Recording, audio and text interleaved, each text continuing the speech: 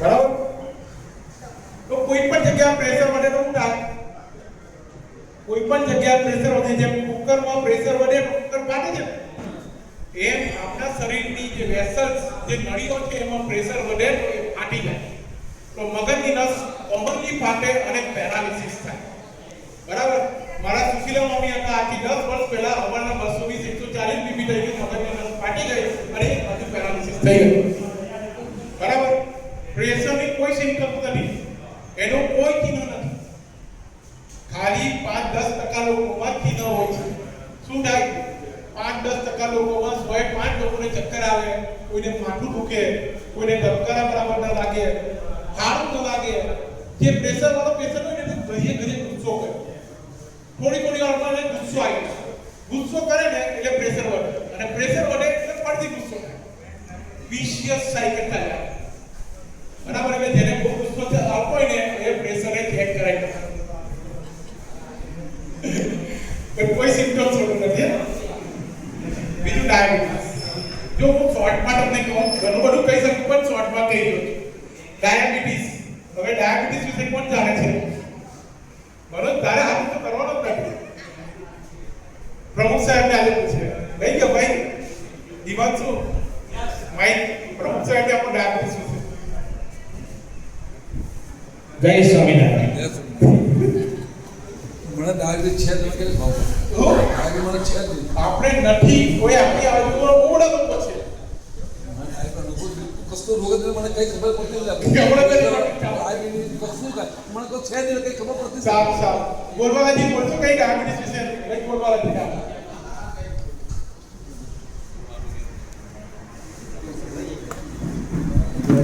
સુગરનું પ્રમાણ વધવાથી બ્લડમાં સુગરનું પ્રમાણ એક માપ હોય છે. એના માપથી વધારે હોય કે ઓછું હોય તો લો ડાયાબિટીસ કે હાઈ ડાયાબિટીસ કહેવાય. તો હાઈ ડાયાબિટીસ કે લો ડાયાબિટીસના કારણે આપણે હાર્ટની બીમારી, પ્રેશરની બીમારી બધું કનેક્ટેડ હોય છે.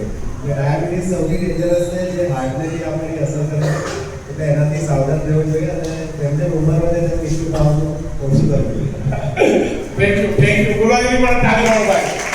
તો एक्चुअली वो एक कर देते ऐसा था एक्चुअली साइकिल ग्रुपના કિશનભાઈ, ધર્મેશભાઈ બધા આવ્યા અને ચીકુભાઈ બહુ સરસ એક સાયકલ ફેરવે છે. તો પ્લીઝ આપણે લોકો માટે બી તાળી થઈ જાય. જે ડાયરેક્ટ સાયકલિંગ કરીને અહીંયા આવ્યા છે, જો હાથમાં કિશન તો લઈને આવ્યા છે અહીંયા ગાડી. તો એટલા બધી હેલ્થ માટે તો તમારે આપણે બીજું પૂછવાનું ના હોય. Thank you ચીકુભાઈ. હેલો, આ ધર્મેશભાઈ એવું છે કે એક પર્યાવરણ વિભાગ ચાલે છે, પ્લાન્ટેશન બોર્ડ કરે છે. અત્યાર સુધીમાં લગભગ મને ખ્યાલ નથી પણ ઘણું પ્લાન્ટેશન કર્યું, એના વિશે જરા માહિતી આપો. કેવું છે કે પ્લાન્ટેશન એક બહુ મોટો વિષય છે. ઘણીવાર શું થાય કે 5 જૂન બધાને ખબર હશે, 5 જૂને શું હોય?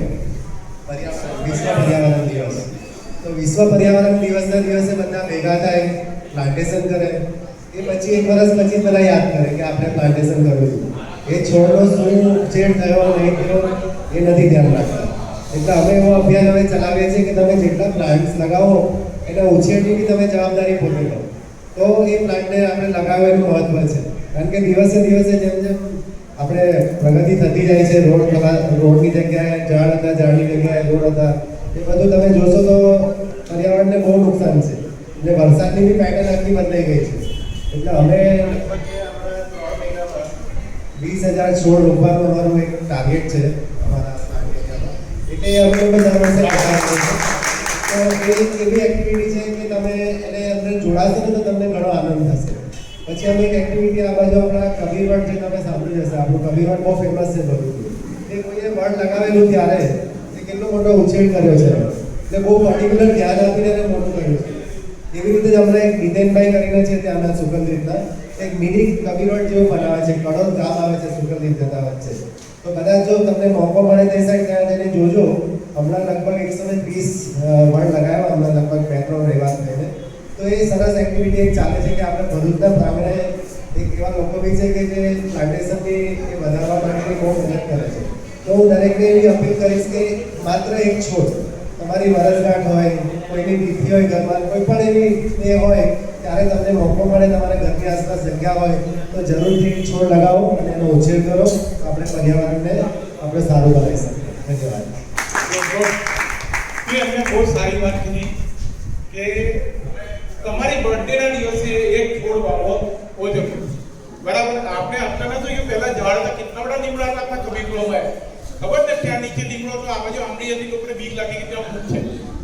બરાબર, ત્યાં ભૂત છે. અત્યારે તો હનુમાનજી જોઈ ગયા છે, એટલે કોઈ ચિંતા કરવાની જરૂર નથી. પહેલા હતા સૂર્યમુખી હનુમાનજી હતા જ પહેલા. પણ આપણે હવે ચાલુ કરીએ આગળ કે કારણ કે એને તમારો બહુ સમય જશે. Diabetes very dangerous, very dangerous. બરાબર, sweet killer. Diabetes is a disorder. બરાબર, મેટાબોલિક ડિસઓર્ડર છે. એમાં ઘણા બધા લોકો આવી જાય. લોકોને એવું હોય કે મીઠું ખાવાની ડાયાબિટીસ થાય. એવું નથી. મીઠું ખાવાની ડાયાબિટીસ થાય એવું નથી. જે વ્યક્તિમાં આપણે છે ને શરીરમાં ગ્લુકોઝ, આપણે કંઈ પણ ખાઈએ ને તો ગ્લુકોઝ, કંઈ પણ ખાઈએ તો ગ્લુકોઝ બને. ગ્લુકોઝને સેલમાં જવા માટે ઇન્સ્યુલિન નામનો હોર્મોન જોઈએ. એ ઇન્સ્યુલિનનું પ્રોડક્શન ઓછું થઈ જાય તમારા શરીરમાં, અથવા ઇન્સ્યુલિનની ઇફેક્ટ ઓછી થઈ જાય.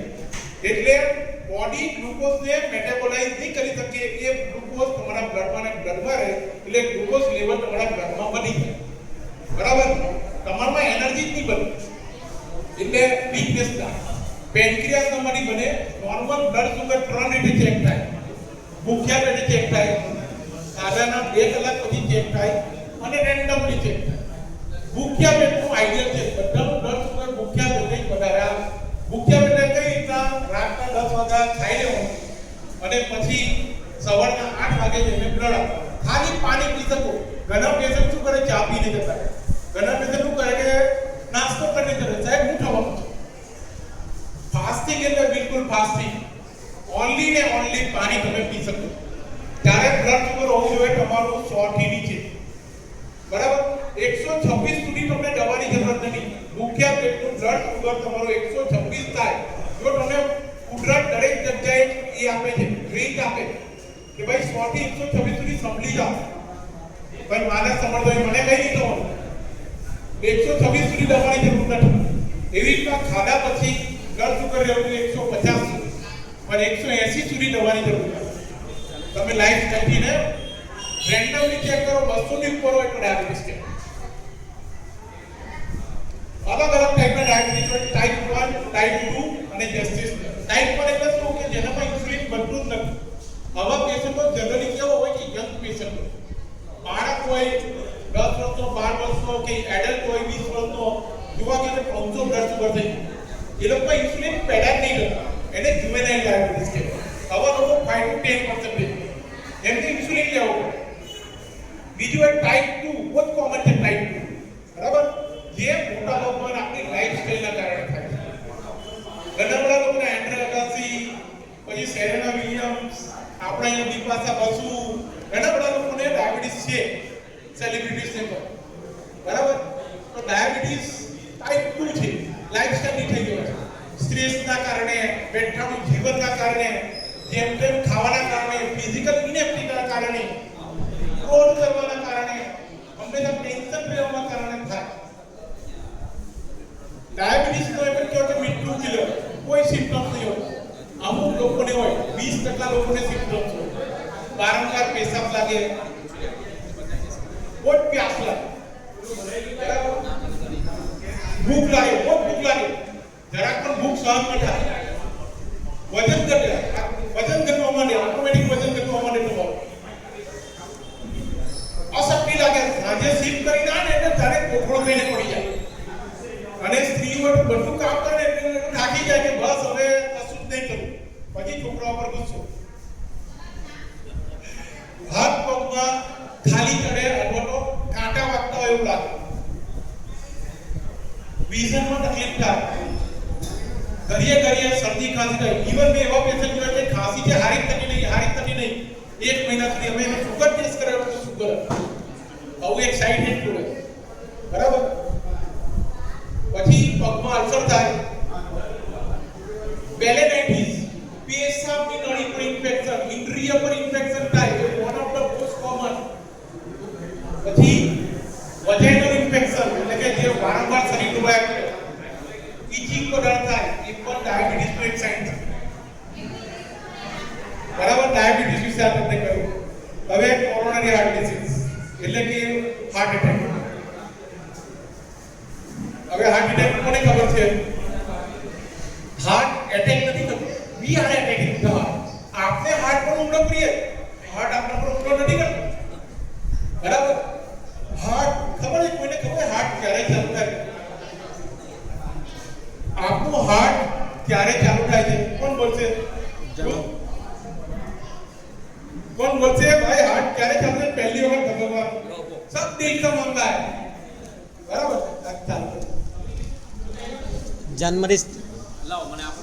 તમે હાલો. વિડિયો તમે ચાલુ કરો. હલો જ્યારે જન્મ લઈએ ત્યાંથી સ્ટાર્ટ થાય. બીજું કોઈ? Anyone else? તમારે નહીં બોલવાનું. બોલવાનું તમે અભ્યાસ કર્યો છે. હવે બીજા કોઈ નહીં. માતાના ગર્ભમાં હોય ત્યારથી જ દવા આપણા ઘરમાં બાળક 9 મહિના સુધી હોય છે. હવે કોણ બોલશે?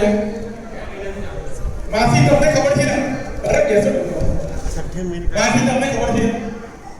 આપણું હૃદય પહેલી વખત ધબકવાનું ક્યારે ચાલુ થાય? કોઈ બીજું? કોઈ ગૂગલમાં સર્ચ કિરણ મામી કોમી તો છઠ્ઠા મહિનાની અરે યાર ચલ કઈ હું કહી દઉં. છઠ્ઠા મહિનાની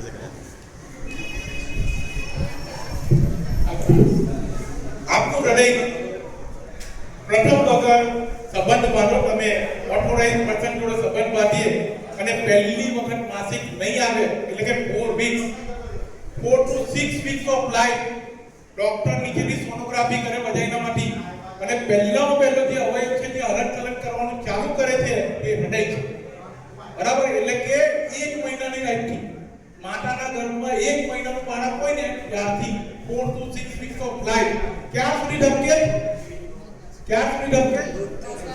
માણસ મરે નહીં ત્યાં સુધી. બરાબર?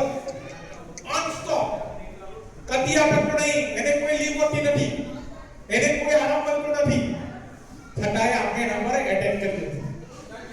બરાબર? તો હાર્ટની પોતાની બ્લડ સપ્લાય છે જેને કહેવાય કોરોનરી આર્ટરી. અને આ કોરોનરી આર્ટરીમાં ચરબી જામી જાય, લોહી જામી જાય એટલે એનો બ્લડ સપ્લાય અટકી જાય આગળ. બ્લડ સપ્લાય અહીંયાથી આગળ જતો અટકી જાય એટલે હાર્ટના મસલ્સ ડેડ થઈ જાય એટલે પંપ ના કરી શકે. પંપ ના કરી શકે એટલે તમારું આખા શરીરમાં લોહીનું પરિભ્રમણ થાય. બરાબર? એને કહેવાય હાર્ટ એટેક. હૃદયના મસલ્સ મરી જવું એને કહેવાય હાર્ટ એટેક.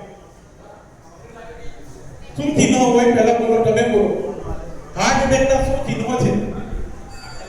શું થશે શરીર સાથે કે તમને ખબર પડશે કે હાર્ટ એટેક થયું? કોઈ બોલશે? છાતીમાં દુખાવો થયો. સુધીર મામા બોલો. એ તો શું છે ચિહ્ન?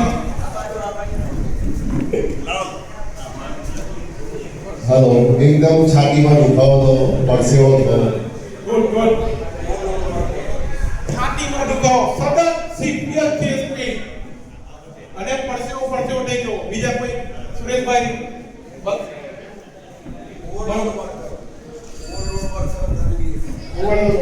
ગભરામણ થાય ને હાર્ટ એટેકમાં જે છાતીમાં દુખાવો થાય ને એ મોસ્ટલી વચ્ચે હોય છે. તમારી આજુબાજુ ના હોય પણ તમારી વચ્ચે હોય છે, જ્યાં સુધી મને જાણકારી છે ત્યાં સુધી. ઓકે.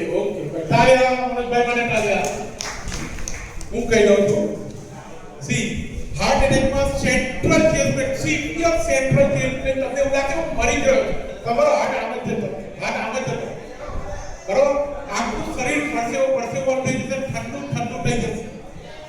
તમને ચક્કર જેવું લાગશે, ગભરામણ જેવું લાગશે, શ્વાસ લેવામાં તકલીફ થશે. તમને એવું લાગે હું ગયો. તમને લાગશે કે હમણાં દેખાઈ રહ્યા છે. લેકિન 4 minute major heart attack only 4 minute 5 minute ગયો. બરાબર? સિવિયર ચેસ્ટ પેઇન ઉપર જોબ સુધી જઈ શકે છે, લેફ્ટ સાઈડ જઈ શકે છે, પાછળ જઈ શકે છે. કન્ટિન્યુઅસ જાણે કોઈ ફૂડ મૂકી દીધો હોય 50 કિલોનો મોટો એવો. છાતીમાં ગભરામણ, હાથમાં દુખાવો, શ્વાસ લેવામાં તકલીફ, ચક્કર જેવું લાગવું, પરસેવા જેવું લાગવું એવું. બરાબર? એ લાગશે કે તમે મરી રહ્યા છો તો હાર્ટ એટેક હોય છે. તો શું કરવાનું? આવું કોઈને થઈ જાય તો શું કરવાનું? આપણા મમ્મીને થાય, આપણા ભાઈબંધને થાય કે આપણી પત્નીને થાય, શું કરવું?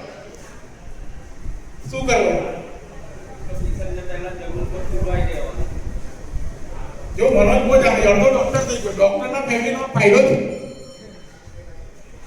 ઉપરના જે કન્ડિશનમાં થાય પેશન્ટને પહેલા તો સુરાઈ દેવાનું હોય ને પંખામાં કાં તો જ્યાંથી પવન આવતો હોય ને આ ફૂલ એસીની સગવડ હોય એવી જગ્યાએ પેશન્ટને રાખવાનો જેથી એને આરામ મળે ને અગર તમને સીપીઆર આવડતું હોય તો પેશન્ટ બચી શકવાના ચાન્સ 99% ખરા.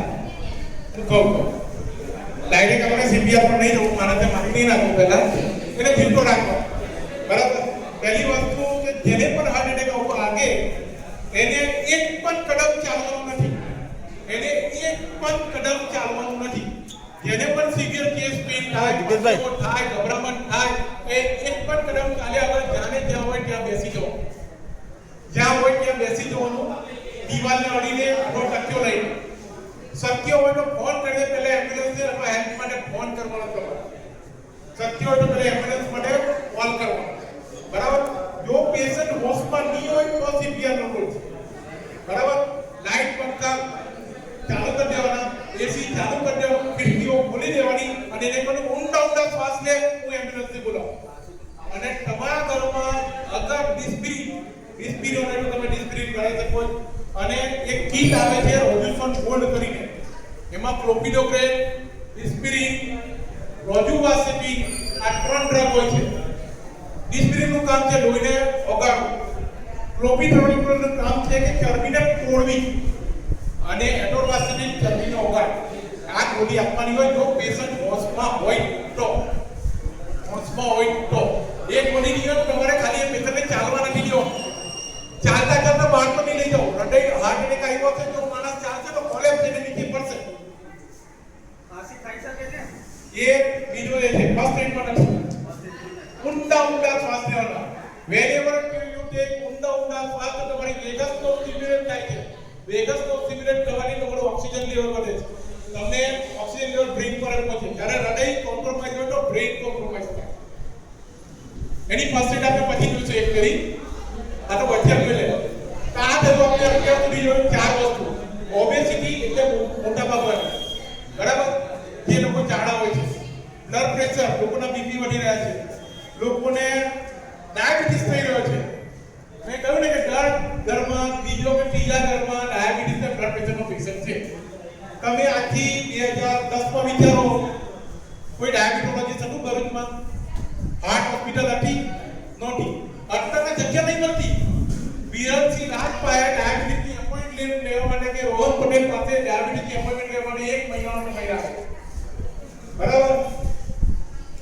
તો અટકાવવું કઈ રીતના એને અટકાવી શકાય એ આપણે વિચારો કે આપણે હેલ્ધી કઈ રીતના જીવી શકીએ કે આપણામાં કોઈ રોગ ડેવલપ ન થાય. આપણા શરીરને આપણા કરતા વધારે સારી રીતે કોઈ ન જાણી શકે. બરાબર? તમારા શરીરને, તમારી પ્રકૃતિને તમે જાણી શકો. તમારો ફેમિલી ડોક્ટરે થોડું ઘણું ખબર હોય પણ એના કરતા વધારે તમને ખબર છે. તમે શું ખાવ છો, તમારું વજન કેટલું રહે છે, તમે તમાકુ ખાવ છો કે નહીં, તમે ગુસ્સો કરો છો કે નહીં, તમને બીમારી થઈ છે તમારે દવા લેવાની, બીજું કોઈ દવા નથી લેવાની. એક્સરસાઇઝ તમારે જ કરવો પડશે. અને તમારા વિશે ખાલી તમારે વિચારવાનું, બીજો કોઈ વિચારી નથી શકવા. તમારી હેલ્થ તમારા હાથમાં છે. એટલે સેલ્ફ હેલ્પ કરી રહ્યા છો તમે જ્યારે કંઈ પણ કરી રહ્યા છો. પત્ની કહેશે અને આગળ વસ્તુ નહીં કરવાનું તો તમારે જ છે. This is the life triangle. કોઈનું પણ શરીર સારું રાખવું તો આ 3 વસ્તુ કરવી પડે. અગર તમારે તમારું શરીર સારું રાખવું છે, સ્વાસ્થ્ય સારું રાખવું છે તો diet, exercise and care medical આને કહેવાય હેલ્થ ટ્રાયેંગલ. આ 3 વસ્તુ પર કામ કરવું પડે. આમાં ડાયટ પર રોજ 65% છે. ફળ તમે વિચારો આપણું શરીર એનું બનેલું છે. તમે જ્યારે જન્મ ને ત્યારે 2.5 કિલો વજન, માનું દૂધ પીને 1 વર્ષમાં 5 કિલો થયું. પછી બધું ખાધું આપણે, જે બધું બહારનું ખાય છે એનાથી આપણે આટલા મોટા થઈ ગયા. બરાબર? તો આપણે જે ખાઈએ છીએ એનાથી આપણું શરીર બને છે. ને આપણે શું ખાવું એ આપણી ચોઈસ છે, બીજાની. એક્સરસાઇઝ, કસરત, એનો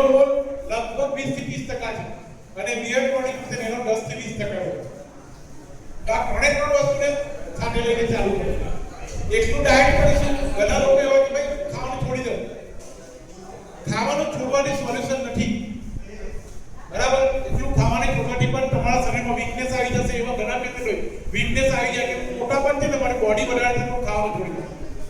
ખાવાનું છોડી દેશો તો તમને શરીરની તકલીફ થશે, બરાબર?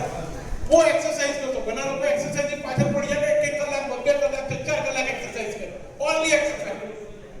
એક્સરસાઇઝ કરીને આપણે પછી ખાય બરાબર, દાબેલી ખાય, સેન્ડવિચ ખાય, પીઝા ખાય, એક્સરસાઇઝ કરીને પછી ખાય, બરાબર?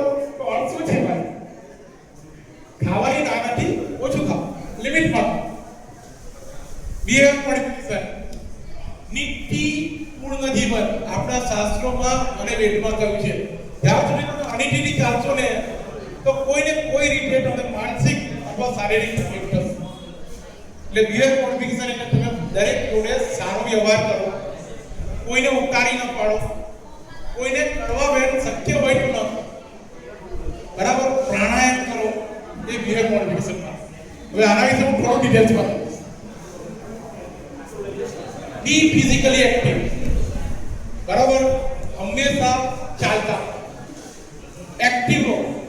પહેલા એવું હતું કે 60 વર્ષે સાહેબ રિટાયર થઈ ગયો, મારે કામ કરવાની જરૂર નથી. એવું નહીં, કંઈક કામ કરતા તમારું મગજ એક્ટિવ રહેશે, તમારું શરીર એક્ટિવ રહેશે. ઈવન ઘણા લોકો શું છે કે ખાલી ઊંઘે છે, ખાય સુઈ જાય, ખાય સુઈ જાય, કોઈ જરાક પણ કામ કરે તો કામ નહીં કરે. ઈવન છોકરાઓ એવા નહીં, પછી બોડી બનશે. તો ફિઝિકલી એક્ટિવ રહો, મળતા સુધી જરૂરી છે, બરાબર? ભગવાનને એક પ્રાર્થના કરજો, મળતા સુધી કામ કરી શકું. એક્ટિવિટીમાં સૌથી બેસ્ટ છે walking. Walking is the best exercise. ઘણા લોકો કહે કે swimming is the best exercise, પણ સ્વિમિંગ કરવા ક્યાં જવું પડશે? રોટરી ક્લબ જવું પડશે, જીએનએફસી જવું પડશે, મેમ્બરશિપ લેવી પડશે.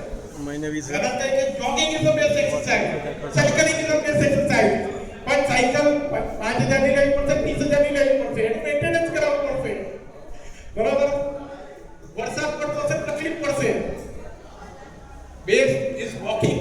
ગમે ત્યાં કરી શકો, ફળિયામાં કરી શકો, અગાસી પર કરી શકો, કોમન પ્લોટમાં કરી શકો, ગ્રીનરી જોઈ તો જીએનએફસીમાં જઈને કરી શકો. સુંદર હવા લેવી હોય તો હેમેકુમાર જેમ જાય છે, કયો છે પેલો બ્રિજ, નર્મદા બ્રિજ પર જઈને કરી શકો, સાઈ મંદિર પર કરી શકો, ઘરની આસપાસ કરી શકો, બરાબર? પણ ચાલવું જરૂરી છે. કેટલું? 20 મિનિટ સવાર સાંજ, 20 મિનિટનું સવારે વોકિંગ કરવું જોઈએ. અને રાજીવ દીક્ષિતના કહેવા પ્રમાણે રાતના જમ્યા પછી 1 કલાક અથવા 1.5 કલાક પછી બીજી 20 મિનિટ વોક, બરાબર? એટલે 40 મિનિટ તમારે મિનિમમ વોક જરૂર. કઈ રીતે ચાલવાનું? જ્યારે તમે ચાલવાનું ચાલુ કરો તો ઓન્લી 10 મિનિટ, 10 મિનિટ ચાલો. શરૂઆત કરો, શરૂઆત કરવાની વાત, 10 મિનિટ ચાલો. નોર્મલ વોક કરો, નોર્મલ, ફાસ્ટ ચાલવાની જરૂર નથી. ગરદા માણસે પણ ફાસ્ટ ચાલવાની જરૂર નથી. આપણે હૃદયમાં મુખ્ય શ્વાસ ચડે એવું ફાસ્ટ ચાલવાની જરૂર નથી, બરાબર? એક પછી સ્લો વોકિંગ પણ ચાલશે.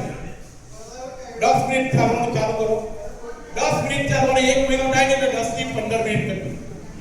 15 મિનિટમાંથી 5 મિનિટ સ્લો એટલે કે ધીરે, વચ્ચેની 5 મિનિટ ફાસ્ટ અને છેલ્લી 5 મિનિટ પાછી સ્લો, એટલે 15 મિનિટ. 3 મહિના રીતના થઈ જાય એટલે 20 મિનિટ કરો. એમાંથી 5 મિનિટ સ્લો, 10 મિનિટ ફાસ્ટ અને 5 મિનિટ સ્લો. આને કહેવાય ઇન્ટરમિડિયેટ ફાસ્ટ, બરાબર? એ તમે કરી શકો. 20 મિનિટ સવાર સાંજ ચાલો. અડધા લોકો છે ડાયાબિટીસ, બ્લડ પ્રેશર, ઓબેસિટી, તમારે મેન્ટલ હેલ્થ આવી જશે, સુગર ડાઉન થઈ જશે, બરાબર? લોકો કહે છે કે ડાયાબિટીસ રિવર્ટ નહીં થાય, કાયમ દવા ખાય. હું કહું કે ડાયાબિટીસ રિવર્ટ થાય. તમારામાં તાકાત હોય જિંદગી પર મહેનત કરવા, તમારામાં તાકાત હોય જિંદગી પર પરેજ કરવા, બરાબર? આપણે શું કરે, નાની નાની બાબતમાં ઉપર જવું હોય તો નીચે ઉતરવા માટે પણ લોકો લિફ્ટ ઉપયોગ કરે. એવું ના હોય, વોક કરો. કારણ કે walking is the best exercise. Jogging કરી શકો. જોગિંગ 1 વર્ષ સુધી તમે વોકિંગ કરો પછી જોગિંગ ચાલો. 1 વર્ષ સુધી તમે વોકિંગ કરો પછી જોગિંગ ચાલુ કરો, વાંધો નહીં આવે. એરોબિક્સ કરી શકો છો, લિફ્ટનો ઉપયોગ ઓછો કરો. કોઈ પણ ફંક્શનમાં જાઓ તો ગાડી પાર્ક કરો, ચાલતા જશો. કશે પણ ખાવા જાઓ ને તો લોકોને શું હોય ખબર? મંડપની બિલકુલ બરાબર સામે જ ગાડી મૂકવા જોઈએ. અહીંયા પણ લોકો બિલકુલ સામે જ ગાડી મૂકવા જોઈએ. દૂર ગાડી મૂકો, પાર્કિંગની સમસ્યા નહીં થાય. તમે ચાલતા જશો અને ખાના પછી ચાલતા આવશો, બરાબર? તો વોકિંગ કહ્યું ને કે એક્સરસાઇઝ કરવો, ઓકે? વોકિંગ. હવે ડાયટ શું ખાવું જોઈએ? કોઈ કહેશે કે શું ના ખાવું જોઈએ? કોણ બોલશે શું ખાશું અને શું નહીં ખાશું? આવું ભાઈ બોલશો તમે કઈ શું ખાવું જોઈએ અને ફ્રૂટ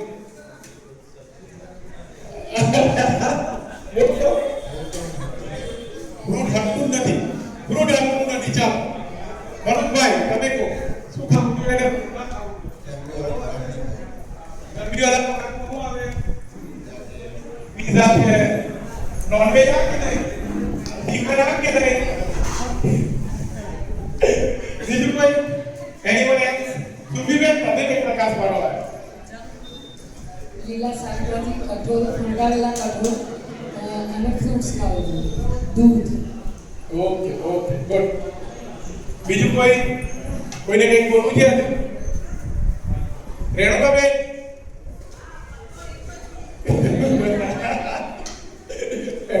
ઓકે. બધા લોકો જ્યારે પણ ફાઇન્ડ ગ્રુપ પ્લાન શું ખાવું, ક્યારે ખાવું, કેમ ખાવું, ક્યાં ખાવું અને કેવી રીતે ખાવું. This is find group plan. સવાર સાંજે કેવું ખાવાનું હોય, ચાલો હું કહું છું. એટલે આ 5 વસ્તુ જરૂરી છે. તો પહેલા આપણે જોઈએ શું ખાવું. ખોરાક હંમેશા સંતુલિત હોવો જોઈએ, બરાબર? જેમાં carbohydrate, protein, vitamin, minerals, fats, એવું નહીં કે ફેટ નહીં હોવું જોઈએ, ફેટ પણ હોવી જોઈએ, કે ઘી પીવું જોઈએ, બરાબર? ફેટ પણ હોવી જોઈએ. પાણી પણ એટલું જ ઇમ્પોર્ટન્ટ છે, બરાબર? શું નહીં ખાવાનું? સોલ્ટ, સુગર અને ફેટ. આ વસ્તુ જે બધું સફેદ છે ને, સફેદ મીઠું વધારે નહીં ખાવાનું, સુગર વધારે નહીં ખાવાનું અને ફેટ્સ જે ચરબી વાળો મીઠો પદાર્થ છે તે વધારે નહીં ખાવાનું, બરાબર? સંતુલિત આહાર હોવો જોઈએ. આપણી થાળી એવી હોવી જોઈએ. જનરલી લોકો શું છે આજે કહેવાય ને વેજીટેબલ હોય, ડેરી પ્રોડક્ટ, એગ ને સ્વીટ ઉલટું નહીં, નીચે આવી જાય, બરાબર? તમારો 20 થી 30% ખોરાક નીકળે ને 50% તમારા ઘઉં, રોટલી, દાળ ભાત છે. પછી 20% લીલા શાકભાજી અને ફ્રૂટ્સ છે. આ 20-30% કદીએ બનતા નથી. લોકો કહે કે ફ્રૂટ બહુ મોટા સાહેબ, બહુ મોટા. એટલે દવા કરતા સસ્તા છે, દવા કરતા ફ્રૂટ સસ્તા છે, બરાબર? ડ્રાય ફ્રૂટ્સ ખાઓ. ફ્રૂટની અંદર ડ્રાય ફ્રૂટ્સ ખાઈ શકો તમે. બદામ ખાઓ, ઓઇલ હતું, લેડી કપ અને ઈંડા થોડા માત્રામાં ખાઓ, બરાબર? નમક કીધું કે બ્લડ પ્રેશર અને નમકને ડાયરેક્ટ રિલેશન છે. જે પણ વ્યક્તિ નમક ઉપરથી ખાય છે કે વધારે ખાય છે એને બ્લડ પ્રેશર વધી શકે છે, બરાબર? દિવસનું ખાલી 5 થી 7 ગ્રામ જ નમક ખાવું જોઈએ, જે આપણા બનાવટમાં આવી જાય છે. તે છતાં લોકો ઉપરથી બીજું પેલો સલાડ ખાય ને એટલે બીજું નાખે, બરાબર? બીજી કઈ વસ્તુ છે? 98, એમાં નમક વધારે છે. 98માં પછી પાપડ. અમુક લોકોને પાપડ ડબ્બો જ જોઈએ, પાપડ વગર ખાવાનું ન ભાવે. પાપડમાં પણ નમક વધારે છે.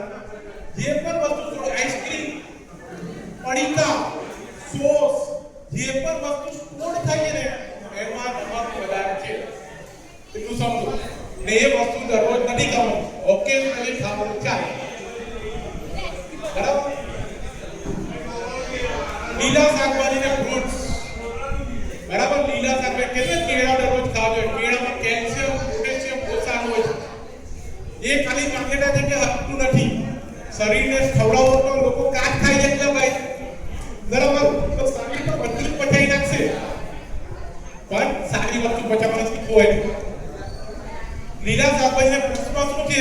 એન્ટીઓક્સિડન્ટ છે, વિટામિન સી છે, મિનરલ્સ છે, જે તમને કેન્સરની અગેન્સ્ટ પ્રોટેક્શન આપે, ઓબેસિટીની અગેન્સ્ટ પ્રોટેક્શન આપે, હાર્ટ એટેકની અગેન્સ્ટ પ્રોટેક્શન આપે. તો લીલા શાકભાજીના fruits, vitamin C, vitamin E તમને મળે છે. તો હરરોજ ખાવા જોઈએ, કોઈને કોઈ એક ફ્રૂટ ખાવું જોઈએ, બરાબર? ફ્રૂટ ક્યારે ખાવાનું? ઘણા લોકોને કેવી આદત હોય ખાધા પછી ફ્રૂટ ખાય.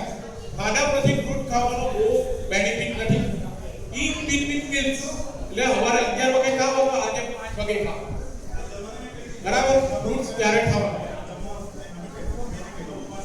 પ્લેન યુનિટ ક્યારે ખાવું